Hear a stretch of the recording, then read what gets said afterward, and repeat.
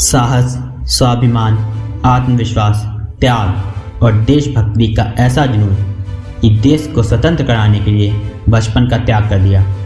खेलने कूदने की उम्र में फांसी पर झूल गए। हम बात कर रहे हैं महान क्रांतिकारी शहीद आजम भगत सिंह की। भगत सिंह का जन्म 28 सितंबर 1907 को बंगा गांव, पंजाब में हुआ था। भगत सिंह की माता का नाम विद्यावती कौर और पिता का नाम सरदार किशन सिंह था। भगत सिंह के पिता और चाचा सरदार सिंह भी सक्रिय स्वतंत्रता सेनानी थे। भगत सिंह बचपन से साहसी और निडर थे। एक बार भगत सिंह अपने पिता के साथ खेत पर गए। भगत सिंह ने अपने पिता से पूछा, आप लोग खेत में क्या करते हो?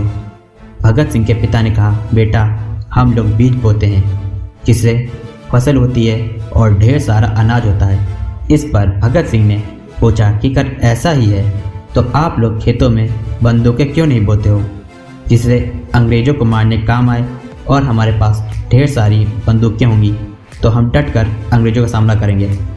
सरदार किशन सिंह ने जब सुना तो पहले तो वे हैरान रह गए, पर फिर वे खुश भी हुए कि उनका बेटा देशभक्ति की राह पर जा रहा है। भगत सिंह जैसे जैसे बड़े होने लगे, देशभक्ति की भावना उनके अंदर बढ़ती जा रही थी। 13 अप्रैल 1929 को हुए जलियांवाला बाग हत्याकांड की खबर जब भगत सिंह को मिली, तब भगत सिंह पैदल ही लगभग 20 किलोमीटर दूर जलियांवाला बाग जा पहुँचे और खून से सनी हुई मिट्टी उठाकर घर ले आए और उन्हें जलियांवाला बाग में हुए शहीदों का बदला लेने की कसम खाई। उस समय भगत सिंह की उम्र मात्र 12 वर्ष थी। 1 अगस्त 1920 को अंग्रेजों के विरुद्ध महात्मा गांधी ने असहयोग आंदोलन की शुरुआत की। भगत सिंह मात्र 13 वर्ष की आयु में इस आंदोलन से जुड़ गए। भगत सिंह ने गांधी जी की मांग का साथ देते हुए ब्रिटिश द्वारा प्रायोजित किताबों को जला दिया। इसके बाद भगत सिंह ने भारत की आज़ादी के लिए मात्र 14 वर्ष की आयु में नौजवान भारत सभा की स्थापना की। वर्ष 1922 में उत्तर प्रदेश में हुए चौरी चौरा हत्याकांड के बाद गांधी जी ने असहयोग आंदोलन यह कहकर बंद कर दिया कि स्वतंत्रता के लिए अभी हमारा देश पूरी तरह तैयार नहीं है। इससे भगत सिंह बहुत निराश हुए। उनका अहिंसा से विश्वास कमजोर पड़ गया और वह इस निष्कर्ष पर पहुंचे कि सशस्त्र क्रांति ही स्वतंत्रता दिलाने के एकमात्र रास्ता है। उसके बाद भगत सिंह चंद्रशेखर आज़ाद के नेतृत्व में गठित हुई गदर दल का हिस्सा बने। इस दल में राजगुरु अशफाकुल्लाह खान, सुखदेव, राम प्रसाद बिस्मिल और ठाकुर रोशन सिंह जैसे महान क्रांतिकारी थे। ब्रिटिश शासन के विरुद्ध युद्ध छेड़ने के लिए ब्रिटिश खजाने से भरी ट्रेन को लूटने की योजना बनाई गई और 9 अगस्त 1925 को काकोरी में क्रांतिकारियों द्वारा ट्रेन को लूटा गया, जिसे काकोरी कांड नाम दिया गया। काकोरी कांड में पकड़े गए क्रांतिकारियों में 4 को फांसी व 16 को 4 से लेकर आजीवन कारावास की सजा सुनाई गई।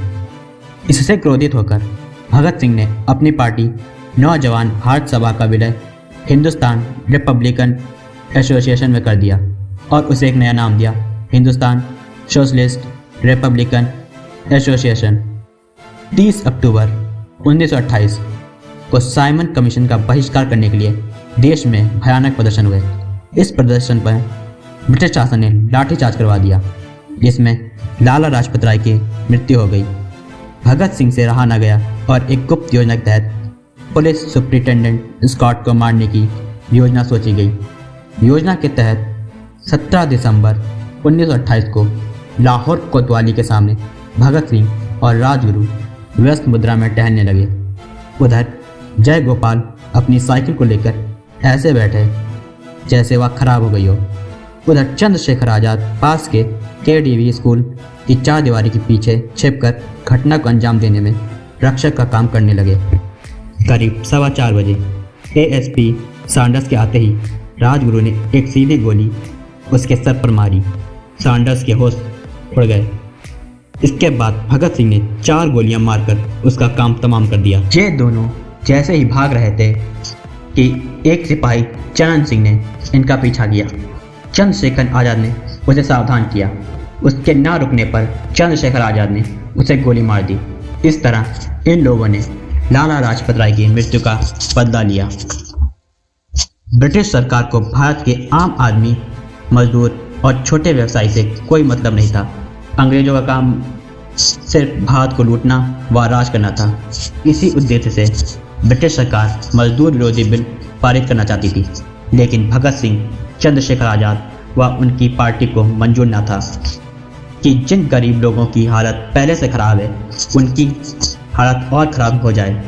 और इसी का विरोध करते हुए भगत सिंह व बटुकेश्वर दत्त ने 8 अप्रैल 1929 को दिल्ली के केंद्रीय असेंबली में इन दोनों ने बम फेंके। भगत सिंह का मकसद किसी को चोट पहुंचाना नहीं था, ना ही किसी की जान लेना था। वे सिर्फ अंग्रेजी हुकूमत को जगाना चाहते थे। इसलिए भगत सिंह ने बम उस समय फेंका जब वहां कोई नहीं था। बम फेंकने के बाद भगत सिंह व बटुकेश्वर ने इनकलाब जिंदाबाद के नारे लगाकर स्वयं को गिरफ्तार करवा दिया। भगत सिंह जहाँ पहले से ही सोच कर आए थे कि दंड चाहे जो भी हो वो भागेंगे नहीं। अंग्रेजों की सच्चाई को दुनिया के सामने लाने के लिए गिरफ्तार होना जरूरी था। भगत सिंह को जेल भेज दिया गया। भगत सिंह ने जेल में देखा कि भारतीय कैदी व अंग्रेज कैदियों में बहुत भेदभाव किया जा रहा है। भारतीय कैदियों के कपड़े कई सालों से बदले नहीं गए थे। रसोई में चूहे कॉकरोच जैसे भरे रहते थे। अखबार, कागज, पेन, किताबें उपलब्ध नहीं थी, जबकि अंग्रेज कैदियों के लिए सब उपलब्ध थे। उन्हें अच्छा खाना दिया जाता था और अच्छे कपड़े दिए जाते थे। यह देखकर भगत सिंह ने कहा कि कानून सबके लिए एक है। भगत सिंह ने निर्णय लिया कि जब तक उनके साथ इंसानों जैसा बर्ताव नहीं किया जाता, खाने के लिए खाना, पहनने के लिए साफ कपड़े, पढ़ने के लिए किताबें और अखबार, लिखने के लिए पेन और कागज नहीं दिया जाता, वो खाना नहीं खाएंगे। जून 1929 को भगत सिंह और बटुकेश्वर ने भूख हड़ताल कर दी। भूख हड़ताल करवाने के लिए अंग्रेजों ने ऐसे ऐसे जुर्म ढाए कि सोच कर रूह कांप जाए। भगत सिंह को घंटों तक बर्फ की सिल्ली पर लिटाया जाता, कोड़े मारे जाते, फिर उस पर नमक छिड़का जाता, जबरन मुंह में दूध डालने का प्रयास किया जाता, पर वे अपने मुंह में दूध की एक बूंद तक नहीं जाने देते। कुछ दिन बाद राजगुरु और सुखदेव को भी गिरफ्तार कर लिया गया। सभी को लाहौर जेल भेज दिया गया और भगत सिंह को भी वहां भेज दिया, पर वहां भी भूख हड़ताल जारी रखी व अन्य क्रांतिकारियों ने भी भूख हड़ताल शुरू कर दी। अंग्रेजों ने बाकी क्रांतिकारियों के साथ भी वही जुर्म शुरू कर दिया, पर वे अपने हौसले से टस से मस न हुए। अंग्रेजों ने पानी बंद कर दिया, पर हौसले ना तोड़ सके। 13 सितंबर 1929 भूख हड़ताल से क्रांतिकारी जतेंद्र नाथ दास 63 दिन तक न खाने की वजह से मृत्यु हो गई। जतेंद्र नाथ की मौत से पूरे देश में प्रदर्शन होने लगे। अंततः अंग्रेजों को झुकना पड़ा और भगत सिंह की सारी शर्तें मान ली गईं और 116 दिन बाद 5 अक्टूबर 1929 को भगत सिंह और बटुकेश्वर दत्त ने अपनी भूख हड़ताल को खत्म किया। भगत सिंह जेल में 2 वर्ष तक रहे। इस दौरान वे लेख लिखकर अपने विचार व्यक्त करते रहते थे। भगत सिंह के लिखे गए लेख व अपने परिवार को पत्र आज भी उनके विचारों के दर्पण हैं। भगत सिंह ने लिखा था कि गरीबों और मजदूरों का शोषण करने वाला चाहे भारतीय ही क्यों न हो, वह उनका शत्रु है। 26 अगस्त 1930 भारतीय दंड संहिता की धारा 129, 302 तथा विस्फोटक पदार्थ अधिनियम की धारा 4 और 6F तथा IPC की धारा 120 के अंतर्गत अपराधी सिद्ध किया। 7 अक्टूबर 1930 को 68 पृष्ठों पर फैसला दिया गया, इसमें भगत सिंह, सुखदेव व राजगुरु को फांसी व अन्य क्रांतिकारियों को आजीवन कारावास की सजा दी गई। भगत सिंह की फांसी की सजा 24 मार्च 1931 को दी जानी थी, पर भारतीय जनता में आक्रोश व प्रदर्शन के चलते 23 मार्च 1931 को चुपके से फांसी देने का फैसला किया गया। जब भगत सिंह को बताया गया कि फांसी का समय आ गया है, तो भगत सिंह ने कहा, ठहरिए, पहले एक क्रांतिकारी दूसरे क्रांतिकारी से मिल तो ले। भगत सिंह उस समय लेनिन की जीवनी पढ़ रहे थे। 1 मिनट बाद किताब छत की ओर फेंक कर बोले, ठीक है, अब चलिए। फांसी पर जाते समय वे तीनों गाना गाते हुए जा रहे थे और 23 मार्च 1931 शाम को करीब 7:33 पर भगत सिंह, राजगुरु और सुखदेव को एक साथ फांसी दी गई। फांसी के बाद लोगों के डर से अंग्रेजों ने पहले तो उनके शव के टुकड़े किए, फिर एक बोरी में भरकर जेल के पीछे की दीवार तोड़कर फिरोजपुर की ओर ले गए, जहां घी के बदले मिट्टी के तेल से जलाया जाने लगा। आग देखकर गांव वालों को शक हुआ। वे अंग्रेजों की ओर दौड़ पड़े। भीड़ को अपनी ओर आता देख अधजले शव को सतलज नदी में फेंक भाग गए। लोगों ने शव के टुकड़े को एकत्र किया और विधिवत अंतिम संस्कार किया और भगत सिंह हमेशा के लिए अमर हो गए।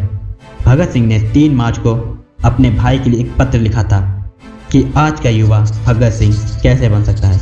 उन्होंने लिखा था, उन्हें यह फिक्र है हरदम, नई तर्ज ए जपा क्या है, हमें यह शौक है देखे सितम की इंतहा क्या है, दहर से क्यों खपा रहे चर्क का, गिला क्या करें, सारा जहां अदू सही, आओ मुकाबला करें। भगत सिंह जैसे महान क्रांतिकारी को हमारा शत शत नमन।